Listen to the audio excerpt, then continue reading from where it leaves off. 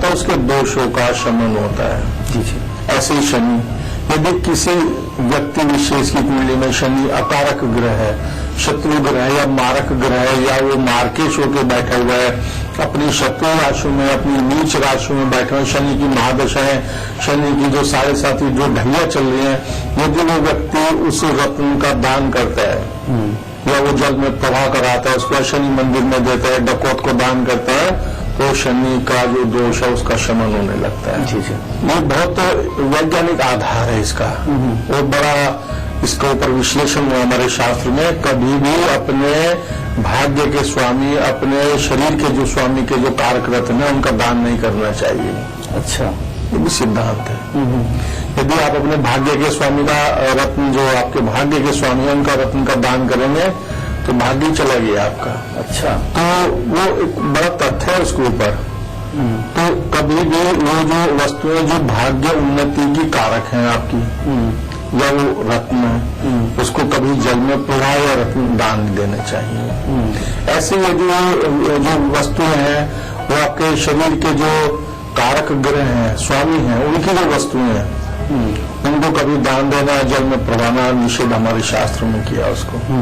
तो जो आपके प्रतिकूल ग्रह हैं, जो मारक ग्रह हैं, जो आपके अशुभ ग्रह हैं, उनके रत्नों का दान दे सकते हो। हमारे शास्त्र में उसका बड़ा विवेचन किया हुआ है। अच्छा गुरुजी, जैसे सोने के साथ कहा जाता है कि खोना और पाना दोनों बुरा नहीं, उसी तरह से क्या रत्नों के साथ भी है कि अगर मान लीजिए आपके देखिए बहुमूल्य वस्तु है, खोना तो अशुभ ही है, जाहिर सी बात है, बिल्कुल नुकसान हो रहा है। नुकसान हो रहा है। और फिर यदि वो आपके भाग्य का स्वामी, आपके शरीर का स्वामी, तो और ज्यादा वो घातक हो गया। यानी कि अगर फिर इसमें भी आप देखें कि वो अवस्था कब हुई, जब आपकी कुंडली में किसी ऐसे ग्रह का शुरुआत हो गई, ऐसे ग्रह की महादशा या प्रत्यंतर दशा प्रारंभ हो गई जो आपका हानिकारक ग्रह है, जो अशुभ ग्रह है, अकारक ग्रह, तब भी ऐसी घटनाएं होती हैं। मतलब वो अगर खो रहा है इसके पीछे भी उसका एक कुंडली का दोष, जी जी, अगर देखें तो उन ग्रहों का दोष। तो रत्न का, जैसे अभी आपने बताया कि रत्न दान कैसे करें और किस तरह से सावधानी बरतें, लेकिन दान लेना भी एक पात्र भी होता है कि भाई हम दान लें। कुछ लोग दान लेने के पात्र होते हैं। जी, तो क्या ये रत्न का दान लेने में भी इस तरह की सावधानियां बरतनी? देखिए वो हमारे शास्त्र में देखें, जो पहले जो डकौत लोग होते थे, जो शनि दान लेने वाले व्यक्ति होते थे, इस तरह जिस तरह के जो निर्धन व्यक्ति होते थे, जो राजा लोग या जो धनिक लोग हैं, उन्हीं को वो दान देते थे। हाँ। तो कोई भी किसी भी ग्रह के दोष के कारक रत्न का यदि कोई व्यक्ति दान लेता है तो उसको भी वो हानि करेगा वो। अच्छा, तो इतना आसान नहीं है दान लेना भी। दान लेना देना तो उसके ऊपर तो अलग से ग्रंथ हो गया हमारे यहाँ पर। जी जी जी, तो बड़ा विषय है वो भी कि कौन दान दे रहा है और कौन दान ले रहा है। दान लेना भी एक जंघम विष के सेवन के तुल्य बतला हमारे शास्त्र में को, तो उसको हजम करना किसी के बस का नहीं है वो। तो राजा लोग, फकीर, जो राजा धनाढ़ व्यक्ति या इस तरह के जो लोग हैं, वो जो निर्धन, दरिद्र, दीन या जो डकौत होते थे, ऐसे व्यक्ति वो दान देते थे। वो इससे कोई फर्क नहीं पड़ता? वो तो पहले से निर्धन है जी, उसका क्या? वो तो दीन नहीं है जी, कम से कम उसको बेच के कुछ दिन के लिए तो उसका राशन पानी चली जाएगा। इस तरह का विधान है हमारे शास्त्र में। तो वस्तुएं विशेष उस ग्रह की जो कारक, जैसे शनि की जो वस्तुएं होती हैं, जैसे कच्चा कोयला हो गया, लोहे हो गया, झाड़ू हो गई, छाता हो गया, जूता हो गया, अंगीठी हो गई, तो इस तरह की वस्तुओं के साथ काला घोड़ा हो गया, लोहे की कोई सवारी की वाहन हो गया, तो जितना वो ग्रह आपकी कुंडली में दूषित हो गए, प्रबल दोष का कारण बना हुआ है, तो उस प्रकार उसके निवारण के लिए ऐसी प्रबल वस्तु भी आपको देनी पड़ती है। अच्छा, उसका देखना पड़ता है कितना प्रबल है वो, शत्रु ग्रह आपका कितना प्रबल है, तो उसी प्रकार उसके दान की वस्तु है। तो उसमें ज्यादा प्रबल है तो वो एक नीलम का दान भी उसमें आ गया है। तो उससे क्या होगा कि उसके दोष में शांति रहेगी, उसके दोष का शमन होगा वो। पर कभी भी अपने जो ग्रह के, जो भाग्य के और आपके लगन के, शरीर के स्वामी के जो ग्रह हैं, उनके कारक रत्न का दान नहीं करना चाहिए वो। अच्छा, उनकी वस्तुओं को भी जल में प्रवाह नहीं करना चाहिए। अच्छा गुरु जी, दान के साथ साथ जैसे बहुत सारे लोग, बहुत हमारे देश में गरीबी भी है जी, कुछ अक्षम लोग भी हैं, तो बहुत सारे लोग रत्न नहीं खरीद सकते। जी जी जी। तो ऐसे लोगों के लिए आप क्या कहेंगे, कुछ ऐसे विकल्प हैं उनके लिए? जी, हमारे शास्त्र में रत्नों के उपरत्न भी हैं। अच्छा, एक अलग विषय होगा उपरत्न, और उनके अतिरिक्त भी हमारे ज्योतिर्विज्ञान में, हमारे अगर देखें तो आयुर्विज्ञान, ज्योतिर्विज्ञान और आयुर्विज्ञान, उसमें बहुत सारी ऐसी वनौषधि, वन में उत्पन्न होने वाली जड़ी बूटियों का वर्णन है। वो जो उस कारक ग्रह के द्योतक वस्तुएं, जिसमें उस ग्रह के गुणों का वास होता है, उन ग्रहों का वास माना जाता है। यदि कोई ऐसा निर्धन व्यक्ति या जो समर्थहीन है, उसकी आर्थिक सामर्थ्य नहीं है, यदि उस जड़ी बूटी को उसके दिवस में शुभ मुहूर्त और नक्षत्र विशेष में धारण कर लेता है, तो रत्न धारण का उनको जैसे लाभ होता है, इस प्रकार उनको लाभ होता है। उस ग्रह को वो अपने उपभोग में कर सकते हैं, उसको उदित कर सकते हैं वो। जी जी, हमारे शास्त्र में इसका बहुत वर्णन है। और इस प्रकार की नाना प्रकार की बहुत सारी वनौषधियां हैं। एक तो अनेकों हैं, तो किस किस की कारक, किस ग्रह की कारक वो वनौषधियां हैं।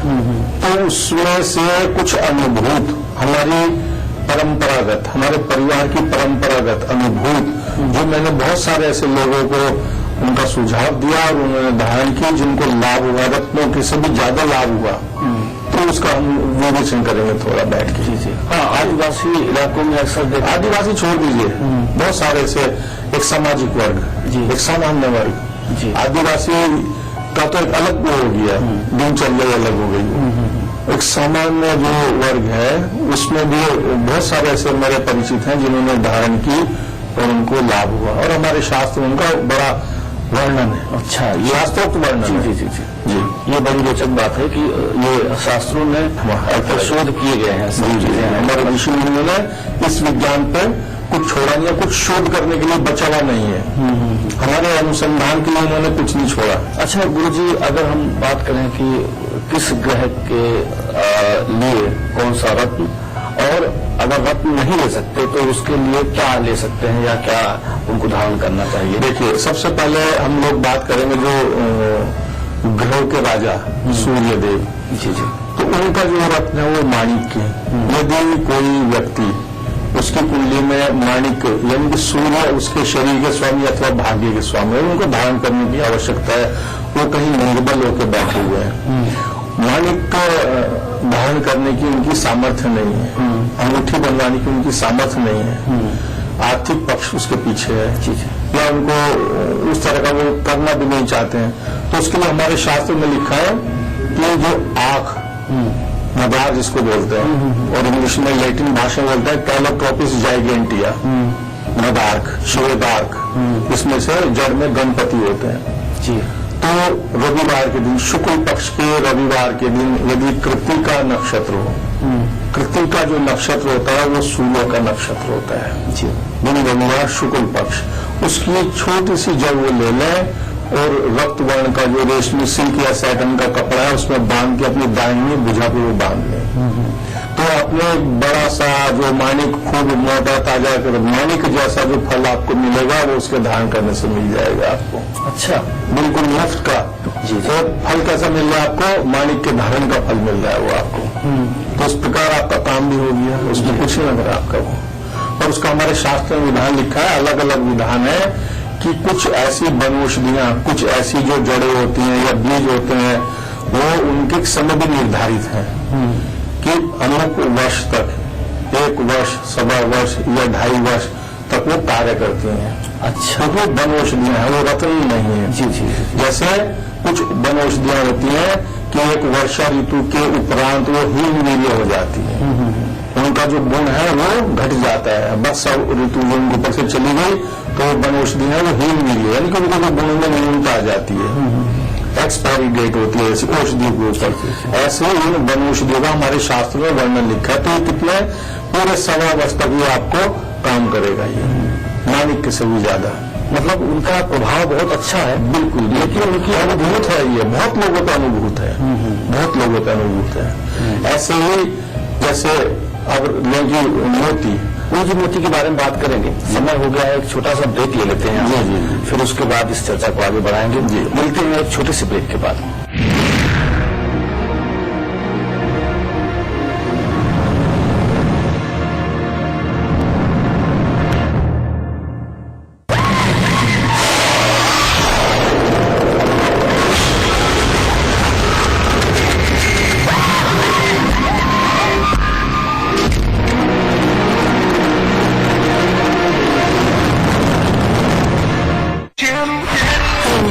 थोड़ी मस्ती।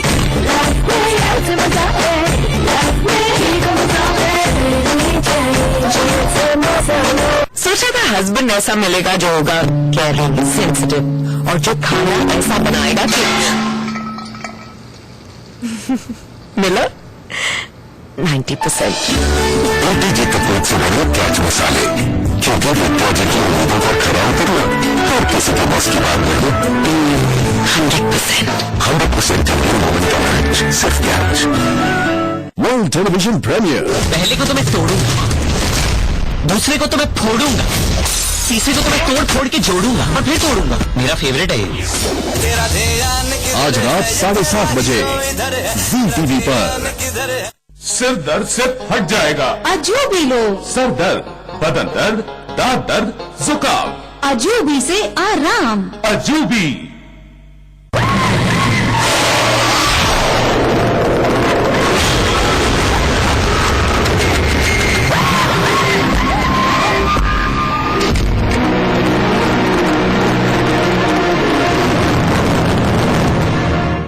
स्वागत है आप सबका ब्रेक के बाद हमारे इस खास कार्यक्रम में। आप देख रहे हैं क्या होता है किया कराया, और हम बात कर रहे हैं रत्न रहस्य की।